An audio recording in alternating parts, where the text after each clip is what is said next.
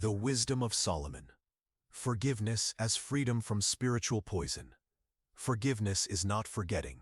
It is freeing your soul from the poison others planted. Wisdom of Solomon. The sacred art of spiritual liberation. King Solomon, whose wisdom was sought by rulers from distant lands, and whose understanding of human nature remains unparalleled in history, understood a profound truth about forgiveness that modern psychology is only beginning to fully appreciate. His insight that forgiveness is fundamentally about freeing our souls from poison, rather than erasing memories, represents one of the most sophisticated understandings of emotional and spiritual healing ever articulated.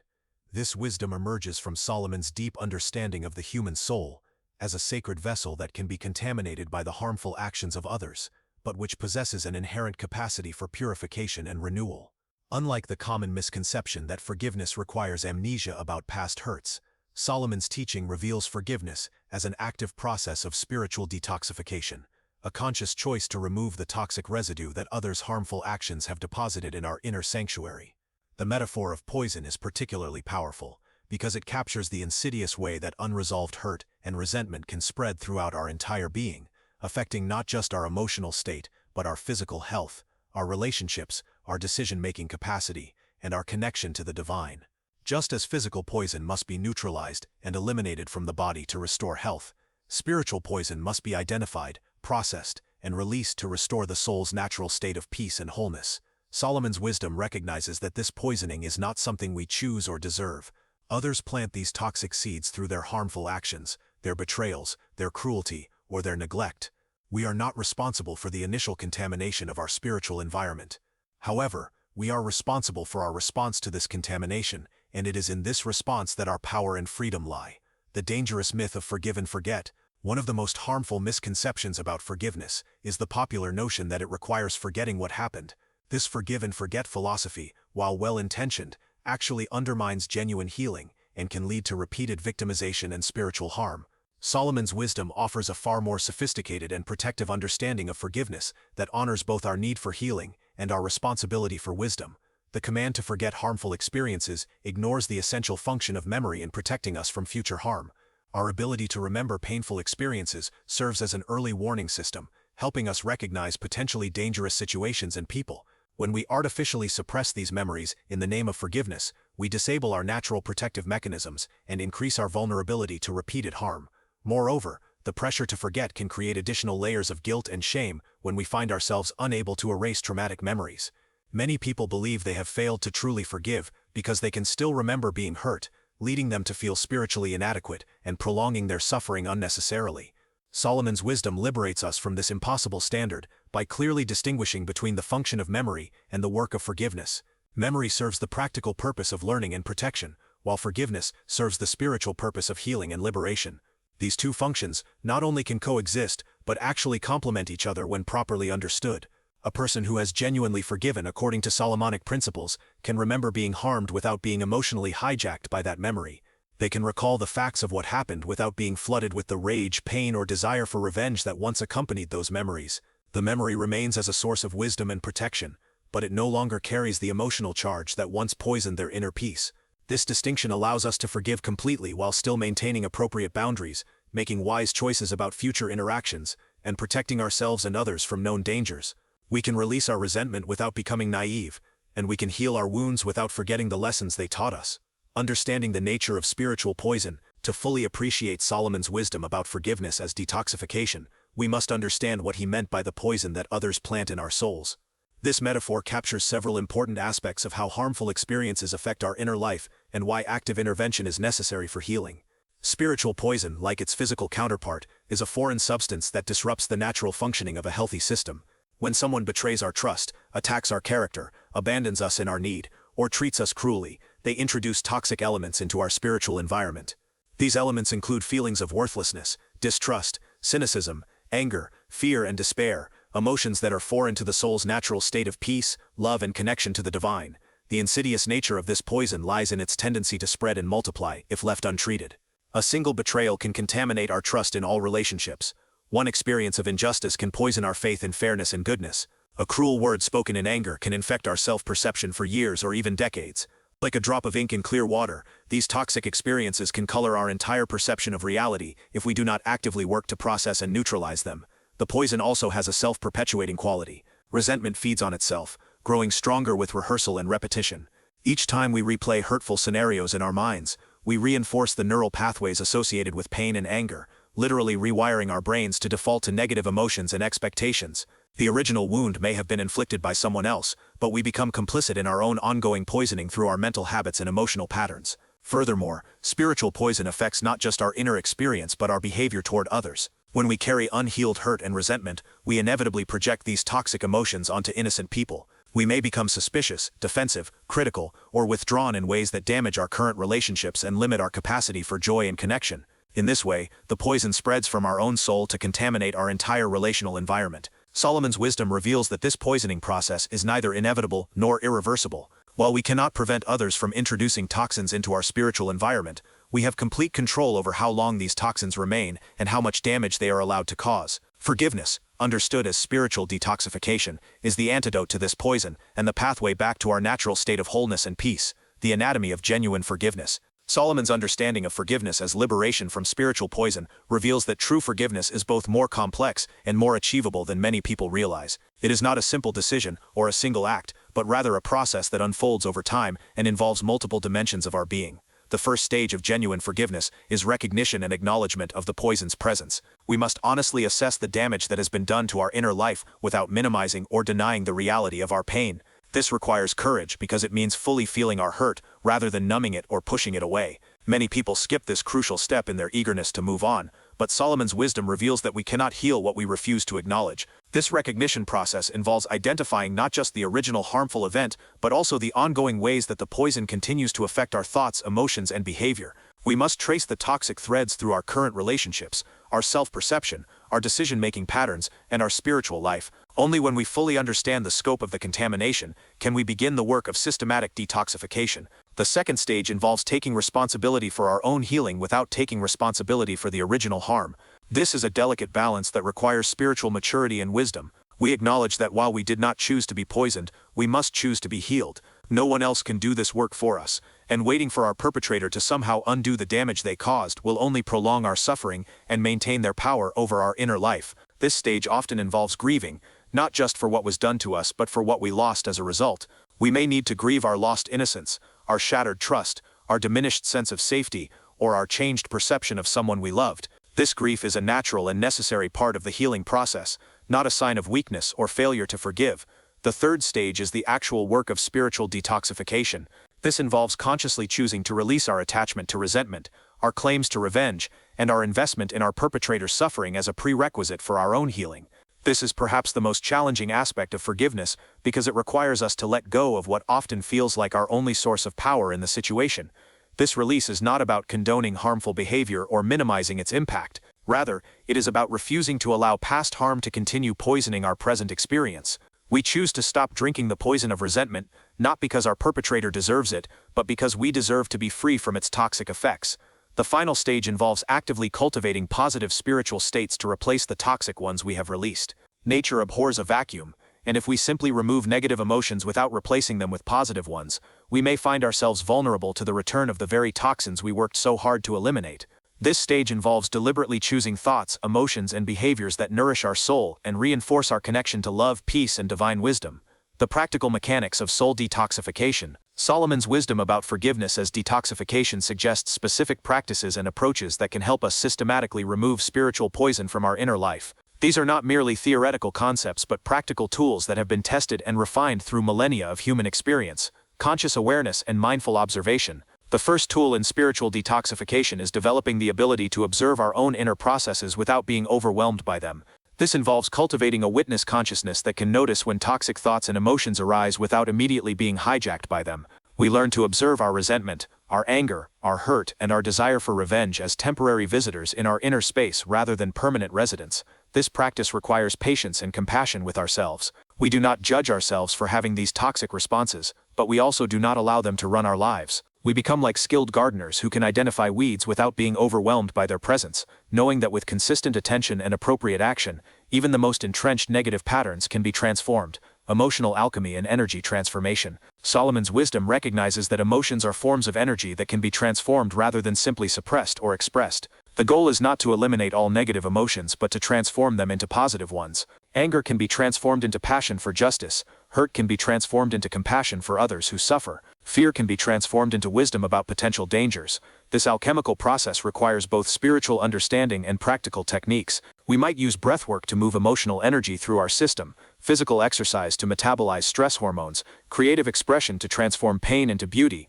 or service to others to channel our experience into healing for those who face similar challenges. Narrative reconstruction and meaning-making. One of the most powerful aspects of spiritual detoxification involves changing the story we tell ourselves about our experiences. While we cannot change what happened to us, we have complete control over the meaning we assign to those experiences and the role we choose to play in the ongoing narrative of our lives. This does not mean creating false or overly positive interpretations of harmful experiences. Rather, it means expanding our perspective to see how even our most painful experiences can become sources of strength, wisdom, and compassion when properly processed and integrated. We move from seeing ourselves as helpless victims to recognizing ourselves as survivors who have gained valuable insights about life, relationships, and resilience, spiritual practice, and divine connection. Perhaps most importantly, Solomon's wisdom emphasizes the role of spiritual practice in maintaining our connection to sources of healing and strength that transcend our immediate circumstances. Whether through prayer, meditation, contemplation of sacred texts, or communion with nature, these practices remind us of our essential nature and our connection to the eternal. This spiritual dimension of forgiveness is crucial because it provides both the motivation and the power for the difficult work of detoxification.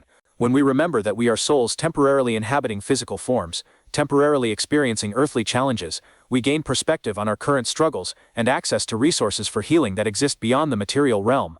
Regular spiritual practice also serves as a form of ongoing prevention, strengthening our spiritual immune system so that we are less vulnerable to future poisoning and more capable of processing harmful experiences before they can take deep root in our consciousness. The protective power of remembrance.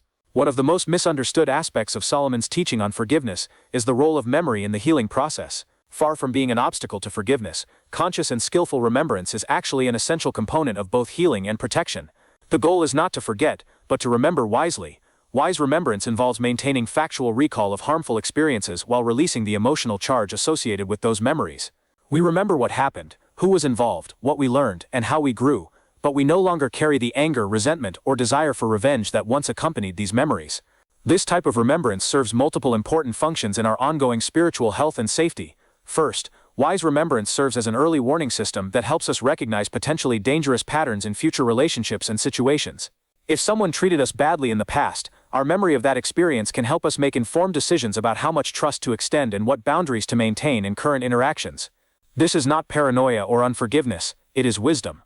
Second, remembrance allows us to track our own growth and healing over time. When we can look back at painful experiences and recognize how much we have healed, learned, and grown as a result, we build confidence in our own resilience and capacity for transformation.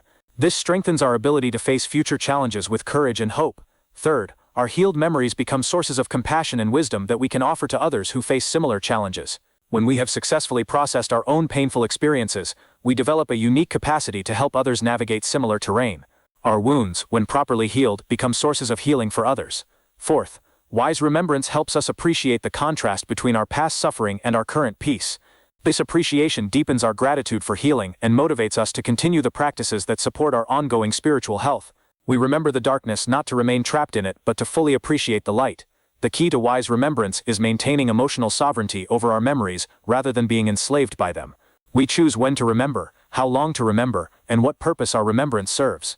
We do not suppress memories, but we also do not allow them to randomly intrude into our present experience in ways that undermine our peace and happiness. Breaking generational patterns of poisoning. Solomon's wisdom about forgiveness as detoxification has implications that extend far beyond individual healing. When we fail to process and release the spiritual poison that others have planted in our souls, we inevitably pass some of that toxicity on to the next generation, creating patterns of hurt and dysfunction that can persist for decades or even centuries. Children are particularly vulnerable to absorbing the unhealed emotional toxins of their parents and other significant adults. They may inherit patterns of distrust, cynicism, anger, or fear without even understanding where these patterns originated. They may grow up in environments poisoned by unresolved resentments and learn to see the world through the distorted lens of their caregivers' unhealed wounds. When we do the difficult work of spiritual detoxification, we not only free ourselves but also break these generational chains of emotional and spiritual poisoning. Our children and grandchildren inherit our healing rather than our wounds, our wisdom rather than our bitterness, our capacity for love and trust rather than our defensiveness and suspicion. This intergenerational impact provides additional motivation for the challenging work of forgiveness. Even when forgiveness feels impossible or unnecessary for our own sake, we may find the strength to pursue it for the sake of those who will come after us. We may choose to heal not just for ourselves but to ensure that our pain does not become their inheritance. The process of breaking generational patterns often requires us to extend forgiveness, not just to those who have directly harmed us, but also to previous generations whose unhealed wounds contributed to the toxic environments in which we were raised. We may need to forgive our parents for passing on patterns they themselves inherited, recognizing that they were often doing the best they could with the emotional and spiritual resources available to them. This expanded understanding of forgiveness helps us see our personal healing work as part of a larger process of collective healing that extends both backward and forward through time. We become healing agents not just for ourselves but for our entire lineage, contributing to the gradual purification of the emotional and spiritual atmosphere in which future generations will grow and develop. The science of spiritual detoxification. Modern research in neuroscience, psychology and medicine has begun to validate many aspects of Solomon's ancient wisdom about forgiveness as spiritual detoxification. Scientists have discovered that holding on to resentment and anger creates measurable changes in our brain chemistry, immune function, and cardiovascular health that closely parallel the effects of physical toxins. Chronic resentment triggers the release of stress hormones like cortisol and adrenaline, which over time can damage the hippocampus, affecting memory and learning, suppress immune function, increase inflammation throughout the body, and contribute to cardiovascular disease. In very real biochemical terms, unresolved anger and resentment poison our physical systems, just as Solomon's wisdom suggests they poison our spiritual systems. Conversely, the practice of forgiveness has been shown to reduce stress hormone levels, improve immune function, lower blood pressure, reduce chronic pain, and improve overall health outcomes. People who practice forgiveness report better sleep, higher energy levels, improved mood, and greater life satisfaction. The correlation between spiritual detoxification and physical health is so strong that many medical professionals now recommend forgiveness as a therapeutic intervention for various health conditions. Brain imaging studies have revealed that forgiveness actually changes the structure and function of the brain. Regular practice of forgiveness strengthens neural pathways associated with empathy, compassion, and emotional regulation while weakening pathways associated with rumination, anger, and stress responses. In essence, forgiveness rewires our brains for peace and resilience rather than conflict and reactivity. These scientific findings provide compelling validation for Solomon's intuitive understanding of forgiveness as a form of healing that affects our entire being. They also suggest practical approaches to forgiveness that work with our natural neurological and physiological processes rather than against them. For example, practices like meditation, deep breathing, and physical exercise can support the forgiveness process by activating the parasympathetic nervous system and promoting the production of neurotransmitters associated with calm and well-being. Cognitive techniques that help us reframe harmful experiences can literally rewire our brains to respond to memories with wisdom rather than reactivity. The paradox of letting go to gain control. One of the most counterintuitive aspects of Solomon's wisdom about forgiveness is the paradox that we must let go of our desire to control our perpetrators in order to regain control over our own lives. This paradox lies at the heart of why forgiveness is so challenging and why it is so liberating when finally achieved. When someone harms us, our natural response is to want to control the consequences of their actions. We want them to acknowledge their wrongdoing, to feel appropriately guilty, to make amends, to suffer consequences, and to change their behavior. These desires are understandable and often appropriate, but when they become the focus of our attention and energy, they keep us psychologically bound to our perpetrators in ways that perpetuate our suffering. The desire to control others' responses to their harmful actions often becomes a form of spiritual poison in its own right. We may spend enormous amounts of mental and emotional energy plotting revenge, fantasizing about confrontations, or obsessing over ways to make our perpetrators acknowledge their wrongdoing. This energy is diverted from our own healing and growth, essentially allowing our perpetrators to continue harming us long after their original harmful act. Solomon's wisdom reveals that the only person we can truly control is ourselves, our thoughts, our emotions, our choices, and our responses. When we focus our energy on controlling our own inner experience rather than trying to control others' behavior or consequences, we reclaim our power and begin the process of genuine healing. This shift in focus from external control to internal sovereignty is profoundly liberating. Instead of waiting for our perpetrators to do something that will allow us to feel better, we take responsibility for our own emotional and spiritual well-being. Instead of giving them the power to determine our mood, our peace, and our happiness through their actions or lack thereof, we reclaim that power for ourselves. The paradox is that when we truly let go of our need to control others, we often discover that we have more positive influence than when we were trying to force particular outcomes. Our own transformation and healing become powerful examples that may inspire others to examine their own behavior and choices. Our peace and joy in the face of adversity may cause our former adversaries to reconsider their actions and their own approach to life. However, this potential positive influence on others must remain a byproduct rather than a goal of our forgiveness work. The moment we begin forgiving in order to change others, we have returned to the realm of trying to control external outcomes, rather than focusing on our own inner transformation. transformation. The gradual nature of spiritual healing. Solomon's understanding of forgiveness as detoxification recognizes that spiritual healing, like physical healing, is typically a gradual process rather than an instantaneous event. Just as it takes time for physical toxins to be eliminated from the body, it takes time for spiritual toxins to be processed and released from the soul. This understanding is crucial because many people become discouraged when they do not experience immediate and complete relief from their emotional pain after making a decision to forgive. They may conclude that they have failed to truly forgive, or that forgiveness does not work, when in reality they are simply in the early stages of a natural healing process that requires patience and persistence. The stages of spiritual detoxification often parallel the stages of physical healing. There may be periods of intense discomfort as old wounds are cleaned and treated. There may be temporary setbacks when stress or triggers cause old patterns to resurface. There may be periods of slow, barely perceptible progress that require faith and commitment to continue. Understanding forgiveness as a process rather than an event helps us approach it with appropriate expectations and sustained commitment. We do not expect to heal a serious physical injury overnight, and we should not expect to heal serious spiritual injuries immediately either. Both types of healing require time, attention, appropriate treatment, and often professional guidance. This gradual approach also allows us to forgive in layers, starting with surface hurts and working our way down to deeper wounds as our capacity for healing strengthens. We might begin by forgiving minor slights and disappointments, building our spiritual muscles for the more challenging work of forgiving major betrayals and traumas. The gradual nature of spiritual healing also means that we may experience periods of regression, where old anger or resentment resurfaces unexpectedly. Rather than seeing these episodes as failures, we can understand them as part of the natural healing process, like the way a physical wound might occasionally ache or throb as it heals. These temporary setbacks do not negate our progress. They simply indicate areas that need additional attention and care. The freedom that comes from letting go. The ultimate goal of Solomon's approach to forgiveness is not primarily about our relationship with those who have harmed us, but about our relationship with ourselves and with life itself. When we successfully complete the process of spiritual detoxification, we discover a freedom that transcends our immediate circumstances and transforms our entire experience of being alive. This freedom has multiple dimensions. There is the freedom from the constant mental rehearsal of past hurts that once consumed our thoughts and disturbed our peace. There is the freedom from the emotional roller coaster that kept us alternating between rage and despair, hope and disappointment, depending on our perpetrator's actions or apparent level of remorse. There is the freedom from the exhausting burden of carrying hatred and resentment, emotions that require enormous amounts of energy to maintain and that ultimately harm us more than anyone else. There is the freedom from the prison of victimhood that, while justified, can become a limiting identity that constrains our growth and happiness. Perhaps most importantly, there is the freedom to love again, to trust again, to hope again, to remain open to the beauty and goodness that still exist in the world, despite the harm we have experienced. This freedom to love is not naive or reckless. It is informed by wisdom and protected by appropriate boundaries, but it allows us to continue engaging fully with life rather than retreating into defensive isolation. This freedom also includes the liberty to make choices based on our current values and goals, rather than being driven by reactions to past hurts. We can choose relationships, careers, living situations, and life directions based on what will serve our highest good, rather than being unconsciously motivated by the desire to prove something to those who have wronged us or to protect ourselves from similar harm. The depth of this freedom is proportional to the depth of the poison we have released. Those who have forgiven profound betrayals often report a sense of spiritual liberation that feels miraculous, as if they have been released from a prison they did not even realize they were in. They describe feeling lighter, more joyful, more creative, and more alive than they have in years or even decades, living as an example of transformed suffering. When we embody Solomon's wisdom about forgiveness as liberation from spiritual poison, we become living examples of the human soul's capacity for transformation and renewal. Our healed presence in the world serves as a beacon of hope for others who struggle with their own experiences of betrayal, trauma, and disappointment.